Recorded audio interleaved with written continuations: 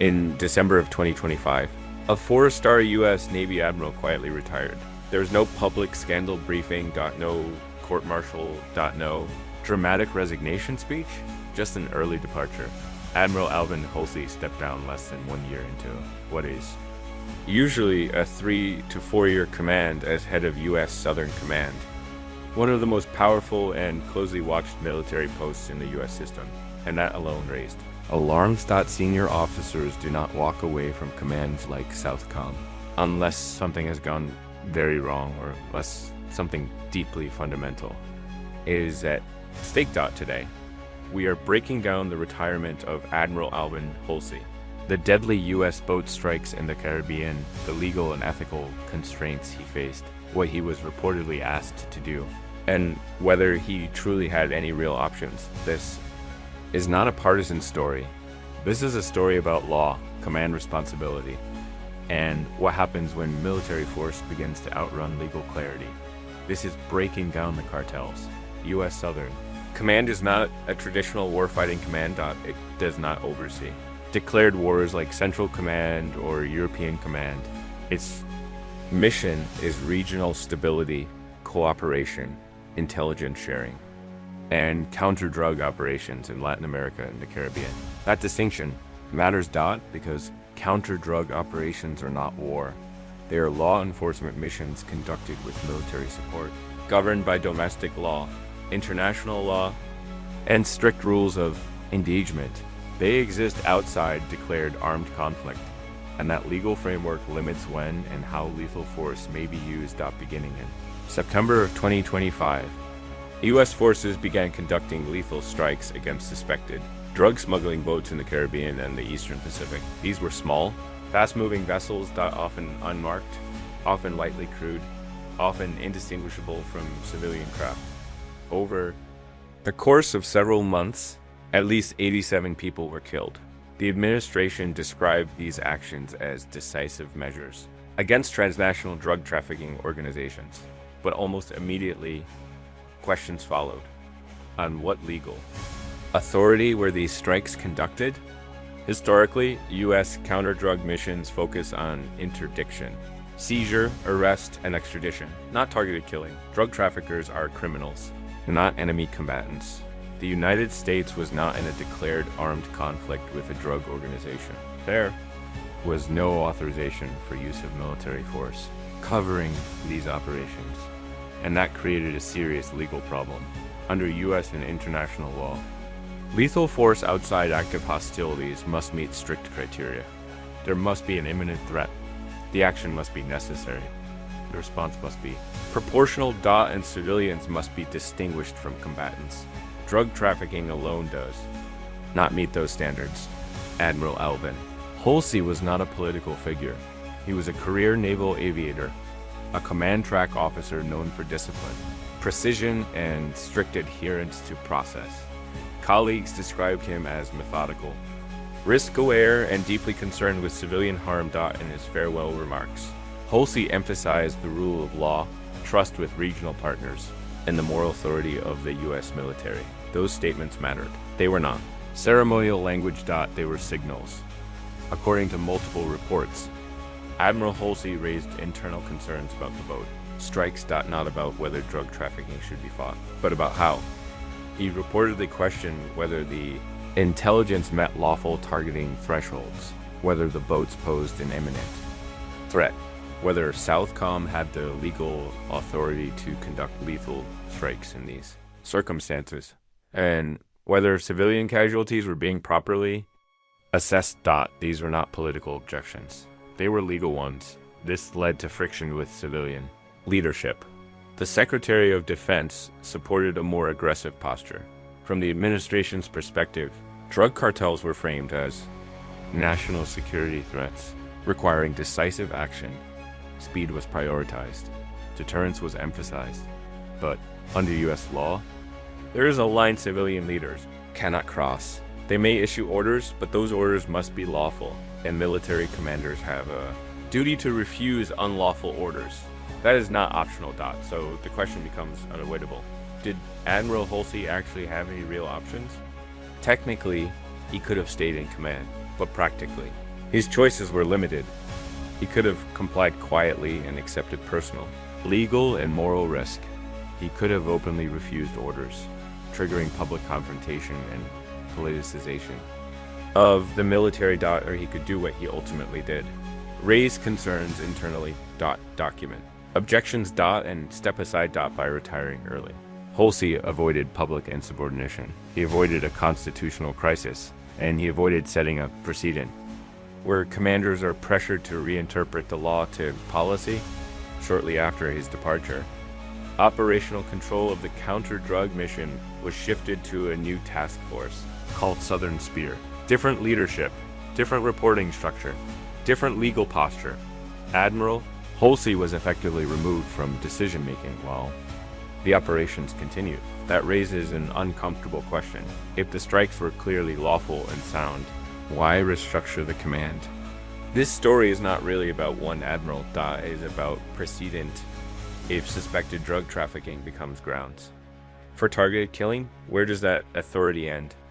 If military force becomes a tool of criminal enforcement, what separates war from policing? And if commanders are pressured to act first and justify later, what happens to the rule of law inside the armed forces? Admiral Holti did not leak documents. He did not give press interviews. He did not stage a public revolt. He did something quieter. He chose not to compromise the legal foundations of command. In a system built on obedience. That may be the strongest form of dissent there is. This is breaking down the cartels, so please like this video and subscribe to the channel so we can keep brining the insight. You need to fully understand why Admiral Holti's concerns mattered. We need to talk about rules of engagement, because rules of engagement are not suggestions. They are binding legal orders. Rules of engagement, often called RO, are directives issued by civilian leadership and military commanders that define when, where, how, and against whom force may be used. They are rooted in US law, international law, and long-standing military doctrine. They exist to do three things at once: allow commanders to defend their forces, protect civilians, and ensure military action remains lawful. And declared wars. Rules of engagement are broad. The enemy is defined. The battlefield is defined. Combatants are identifiable. But counter-drug operations are fundamentally different. They occur outside declared armed conflict.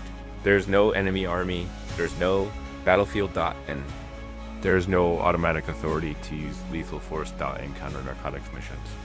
The military operates in support of law enforcement. That means the default legal framework is not the law of armed conflict. It is law enforcement standards, and law enforcement standards impose a much higher bar for lethal force. Under these standards, lethal force is permitted only when there is an imminent threat to life. Not suspicion, not criminal activity, not intelligence assessments alone. Imminent threat means immediate danger that cannot be addressed through lesser means. This is where the Caribbean boat strikes become legally complicated. Drug smuggling boats are not, by definition, hostile forces. They are criminal vessels. Their crews are presumed civilians, unless proven otherwise.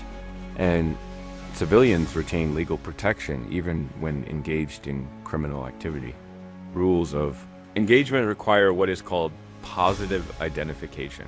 That means commanders must reasonably determine that a target meets lawful criteria before force is used. In this context, that would require evidence that a vessel posed an imminent threat, such as armed resistance, hostile intent, or direct danger to US or partner forces. Simply carrying drugs does not meet that standard. Another core principle is proportionality. Even if force is justified, it must be proportional to the threat. Destroying a vessel with lethal force requires justification that lesser means, such as pursuit, disabling fire, or interdiction were unavailable or ineffective. Proportionality is not about outcomes. It is about decision-making at the moment force is used. Then there's the principle of necessity. Force may only be used if it is necessary to achieve a lawful objective. In law enforcement style missions, Arrest and seizure are the preferred outcomes. Lethal force is a last resort. Rules of engagement also require distinction. Commanders must distinguish between combatants and non-dash combatants in small boats. That distinction is extremely difficult. Crew members may be coerced. They may be unarmed. They may not even know the full nature of the cargo. That uncertainty increases legal risk. Here is where command responsibility comes into play. Admiral Holti was not pulling triggers, but under military law. Commanders are responsible for ensuring operations under their authority comply with the law. If strikes are later deemed unlawful, responsibility does not stop at the tactical level, it moves up the chain of command. This is why senior officers are often cautious. They understand that following orders is not a defense when orders are unlawful. That principle was established after World War II and has been reaffirmed repeatedly. The duty to disobey unlawful orders is not optional. Another key issue is intelligence reliability. Rules of engagement depend heavily on intelligence assessments, but intelligence related to drug trafficking is often probabilistic, not definitive. It relies on patterns, informants, and surveillance, not direct hostile acts. That makes lethal targeting legally fragile. When Admiral Holti reportedly questioned intelligence thresholds, he was not second-guessing tactics. He was questioning whether the legal standard for lethal force had been met. That is a command responsibility issue. There is also the issue of geographic authority. Many of these strikes occurred in international waters or near foreign territorial waters. Rules of engagement must align with international maritime law. Using force in these environments raises sovereignty concerns and risks violating international norms. That, in turn, affects U.S. credibility with regional partners. This is why Holti emphasized trust. Southcom depends on cooperation from Latin American and Caribbean nations. If U.S. operations are perceived as extrajudicial or reckless, that trust erodes, and once trust is lost, intelligence sharing and cooperation collapse. The creation of Task Force Southern Spear after Holti's departure is significant in this context. By restructuring command and shifting responsibility, legal exposure is redistributed. New leadership. New reporting lines. Potentially new rules of engagement. That does not mean legality was resolved. It means authority was reallocated. The deeper concern is precedent. Rules of engagement are often tightened after abuses, but they can also be loosened quietly during moments of political pressure. When that happens, commanders face a choice: accept expanded authority without clear legal footing, or push back. Admiral Holti appears to have chosen restraint, not because he opposed the mission, but because he understood that once the line is crossed, it is very difficult to redraw. Rules of engagement are not bureaucratic obstacles. They are the firewall between lawful force and state violence. Once that firewall weakens, the legitimacy of military action weakens with it. This is why this case matters beyond drug boats. It touches the core question of how the United States uses force outside war, and whether law remains a constraint or becomes an inconvenience. Admiral Holti's retirement was not an act of defiance. It was an act of adherence. To law. To command. Responsibility. And to the idea that military power must remain subordinate to legal authority. That is the line he chose not to cross. And that choice explains everything. This is breaking down the cartels